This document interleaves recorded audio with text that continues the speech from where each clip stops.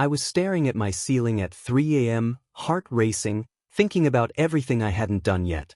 I had the vision boards, I had the hustle playlists, and I'd read all the books.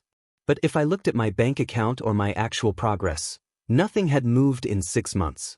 I felt like I was running on a treadmill at full speed, but I was still in the same damn room.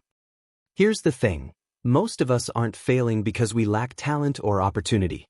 We're failing because we've fallen in love with the idea of success, but we're secretly terrified of the cost of it. If you're feeling stuck, it's usually not a lack of resources, it's a lack of honesty. Today, we're going to look at the brutal reasons why you're still standing still and exactly how to start moving. First, let's talk about the planning trap. Most people think they're working when they're actually just procrastinating in a fancy way. You spend 3 hours researching the best notes app or the perfect workout split, and by the time you're done, you feel productive. But you haven't actually done the work. You've just prepared to do the work. I used to do this with writing. I'd buy new notebooks, find the perfect coffee shop, and organize my pens. It felt like progress. But at the end of the day, the page was still blank. Real progress is messy. It's the uncomfortable, unpolished action that you're avoiding by planning.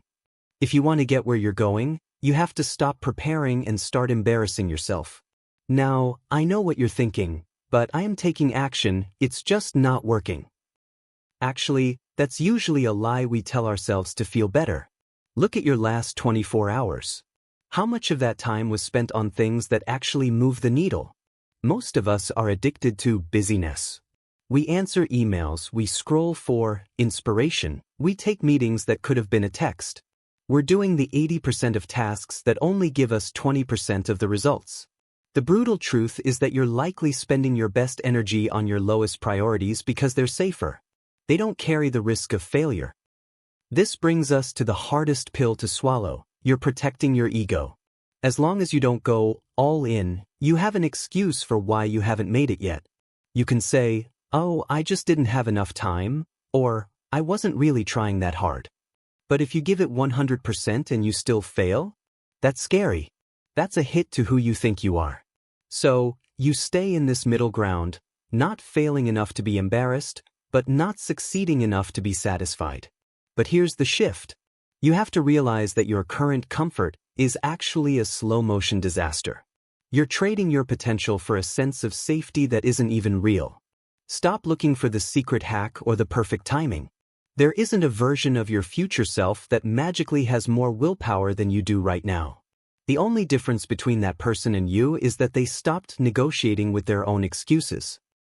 Pick the one thing you've been planning to do for months. Not 3 things. And do the ugliest, most basic version of it today. No more research, no more one more video. Just the work. If this hit a bit close to home, good. That's where the growth starts. Drop a comment and tell me the one busy habit you're cutting out this week. I'll see you in the next one.